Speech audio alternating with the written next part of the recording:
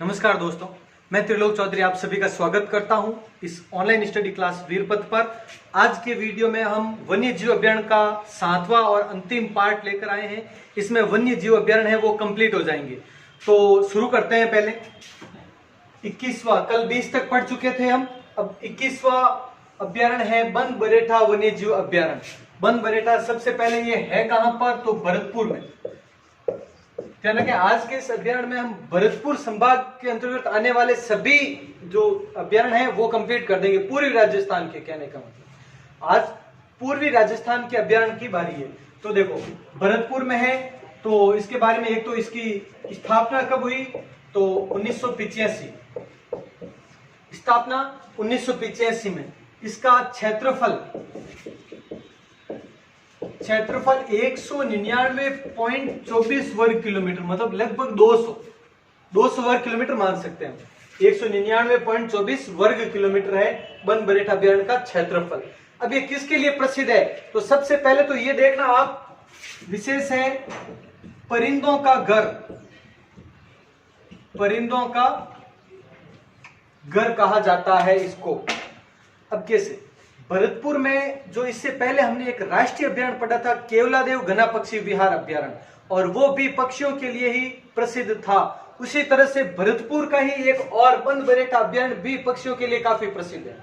तो ध्यान रखना, बाकी सभी पक्षियों के लिए पॉइंट उसमें केवलादेव में होंगे, लेकिन परिंदों का घर ये आ जाए तो आप केवलादेव में कंफ्यूज हो सकते हैं। तो ये पहले ही मैं कंफ्यूजन वाला पॉइंट साथ में बता दूं आपको। तो परिंदों का घर है वो बन बरेठा अभ्यारण्य को कहा जाता है, पहले तो ये। उसके अलावा जरखों के लिए प्रसिद्ध, जरखों के लिए प्रसिद्ध है ये अभ्यारण्य। ये परिंदों के लिए है ये, इसके अलावा जरखों के लिए। और यहां पर क्या प्रसिद्ध है, क्या है, तो बन बरेठा अभ्यारण्य के बारे में वो देखो। ये जैसा कि नाम है बरेठा या बारेठा, ध्यान रखना, कई जगह पर आप बरेठा देखोगे, कई जगह पर बारेठा भी, आ की मात्रा भी होगी। बरेठा या बारेठा नामक झील है यहां पर, और झरना भी है, झील भी है और झरना भी है बरेठा नामक, इसीलिए इसका नाम भी बन बरेठा अभ्यारण्य पड़ा था। बरेठा नामक झील है, वो झरना है इसी जगह पर। तो बन बरेठा अभ्यारण्य के बारे में कुछ विशेष पॉइंट सही है, पहले आप ये नोट डाउन करें, उसके बाद में अगला शुरू करते हैं। अब करते हैं वन विहार अभ्यारण्य धौलपुर में स्थित। तो धौलपुर में स्थित 3 अभ्यारण्य है, उन तीनों के बारे में पहले चर्चा करते हैं। वन विहार अभ्यारण्य है धौलपुर, और देखो स्थापना 1955, वन विहार अभ्यारण्य की स्थापना 1955 में की गई, और इसका क्षेत्रफल 25.60 वर्ग किलोमीटर, 25.60 वर्ग किलोमीटर इसका क्षेत्रफल है वन विहार अभ्यारण्य का। इसके अलावा यहां पर क्या है वो देखो, ये साइबेरियन सारस सेतु, साइबेरियन सारस सेतु प्रसिद्ध है। ये हो गया। तो वन विहार अभ्यारण्य के बारे में इतनी डिटेल है, साइबेरियन सारस सेतु प्रसिद्ध है, इतनी स्थापना इस डेट इस ईयर को हुई, और क्षेत्रफल इतना है, 1 नवंबर है। वैसे डेट याद रखने की आवश्यकता नहीं है, आपको ईयर याद रख ले बहुत है। 25.60 वर्ग किलोमीटर क्षेत्रफल है और धौलपुर में है, ये विशेष ध्यान रखना।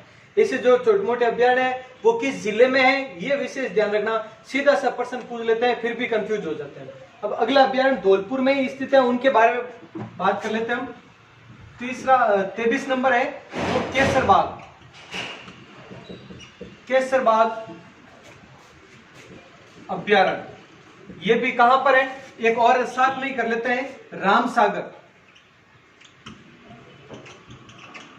रामसागर अभ्यारण्य। तो इधर देखिए आप, धौलपुर में ये भी है और ये भी धौलपुर में है, तीनों अभ्यारण्य धौलपुर में है। स्थापना की बात करें, बहुत आसान होगा, देखना आपको तीनों की स्थापना देखो। इसकी स्थापना भी 1955, इसकी स्थापना भी 1955, इसकी स्थापना भी 1955। दोनों पॉइंट कॉमन हो गए। ये किस जिले में है और स्थापना कब हुई। अब इसके क्षेत्रफल के बारे में अगर देखा जाए तो केसरबाग इन तीनों में सबसे छोटा अभ्यारण्य होगा, 14.76 वर्ग किलोमीटर। 14.76 वर्ग किलोमीटर केसरबाग अभ्यारण्य का क्षेत्रफल है, और रामसागर अभ्यारण्य का 34.60, इसका क्षेत्रफल 34.60 वर्ग किलोमीटर है। ये हो गया। अब विशेष पॉइंट इसमें तो रामसागर अभ्यारण्य में ज्यादा खास कुछ नहीं, इतना सा ध्यान रखना धौलपुर में है, और केसरबाग में ये एक देख लेना, उदयभान सिंह धौलपुर नरेश उदयभान सिंह के बारे में सुना ही होगा आपने। तो उदयभान सिंह का निवास स्थान था, ये निवास स्थान था। केसरबाग अभ्यारण्य है वो उदयभान सिंह का निवास स्थान था, ये थोड़ा विशेष ध्यान रखना आप इसी अभ्यारण्य में। और इस जगह पर वर्तमान में मिलिट्री स्कूल संचालित है, वर्तमान में मिलिट्री स्कूल संचालित है।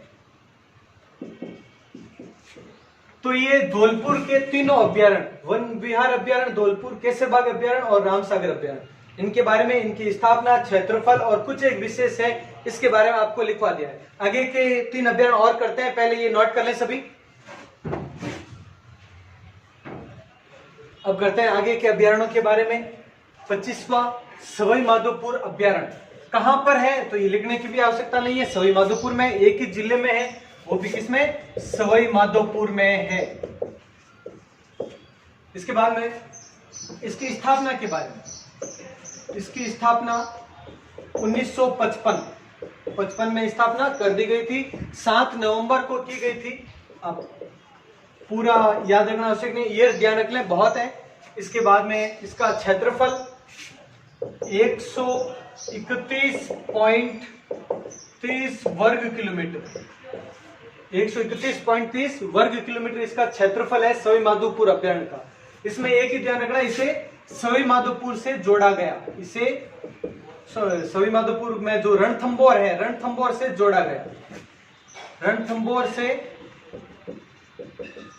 जोड़ा गया। अभी जो मैं आपको ये तीनों लिखूंगा, इन तीनों को, यानी सवाई माधोपुर क्षेत्र में जो विस्तृत है, तीनों अभ्यारण्यों को रणथंभौर से जोड़ा गया था, ये भी ध्यान रखना। तो ये हो गया सवाई माधोपुर अभ्यारण्य। इसके बाद में हम बात करते हैं अगला अभ्यारण्य, केला देवी अभ्यारण्य। केला देवी अभ्यारण्य कहां पर है, तो केला देवी अभ्यारण्य करौली और सवाई माधोपुर दोनों में है, ये ध्यान रखना। करौली और सवाई माधोपुर इन दोनों में विस्तृत है ये। इसके बाद में इसकी स्थापना के बारे में वगैरह देख लें, तो इसकी स्थापना है वो 1983 को इसकी स्थापना हुई, और इसका क्षेत्रफल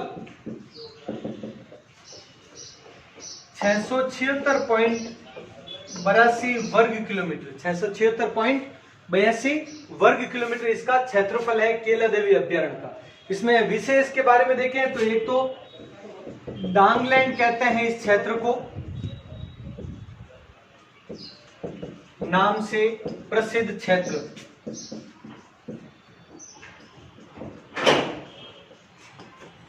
डांगलैंड नाम से प्रसिद्ध क्षेत्र है। और जैसा कि पहले बताया गया था, केला देवी अभ्यारण्य और इसके बाद में जो सभी मानसिंह अभ्यारण्य करने वाले हैं, उन दोनों को 1991 में रणथंभौर टाइगर, जो ये बाघ परियोजना है, बाघ परियोजना से जोड़ा गया। किनको, दोनों, अभी केला देवी अभ्यारण्य इसको भी, और इसके बाद में अभी हम पढ़ेंगे सभी मानसिंह अभ्यारण्य उसको भी, दोनों को रणथंभौर बाघ परियोजना से जोड़ा गया था 1991 में। ये रणथंभौर पढ़ाया था उस टाइम, पूरी डिटेल बताई थी इन दोनों के बारे में, तो वो भी देख लेना एक बार, वापस नहीं देखा है तो ये हो गया केला देवी अभ्यारण्य के बारे में। अब बात करते हैं अंतिम अभ्यारण्य है 27वां सवाई मानसिंह अभ्यारण्य। सवाई मानसिंह अभ्यारण्य सबसे पहले तो ये है कहां पर, तो सवाई माधोपुर में, ये सवाई माधोपुर में विस्तृत है। इसकी स्थापना वगैरह के बारे में बात करें तो इसकी स्थापना 1983 1984 में की सवाई मानसिंह अभ्यारण्य की। और ये टाइम जब रणथंभौर बताया था तब बताया था केला देवी और मानसिंह अभ्यारण्य ये 1983-84 में स्थापित किए गए थे 1984 में। और इसका क्षेत्रफल है वो 113.07 वर्ग किलोमीटर, 113.07 वर्ग किलोमीटर इसका क्षेत्रफल है। और इसके बारे में ये तो पॉइंट है ही है, 1991 में रणथंभौर बाघ परियोजना से जोड़ा गया। इसे भी जिस तरह से केला देवी अभ्यारण्य को जोड़ा गया वैसे ही इसे भी जोड़ा गया, इन दोनों को। तो ये लाइन है वो इन दोनों के लिए कॉमन है। एक सवाई मानसिंह अभ्यारण्य के बारे में अंतिम पॉइंट है कि 1 जनवरी 2008 को यहां चिड़ी खो नामक पर्यटन केंद्र खोला गया, पर्यटन केंद्र खोला गया, स्थापित किया गया।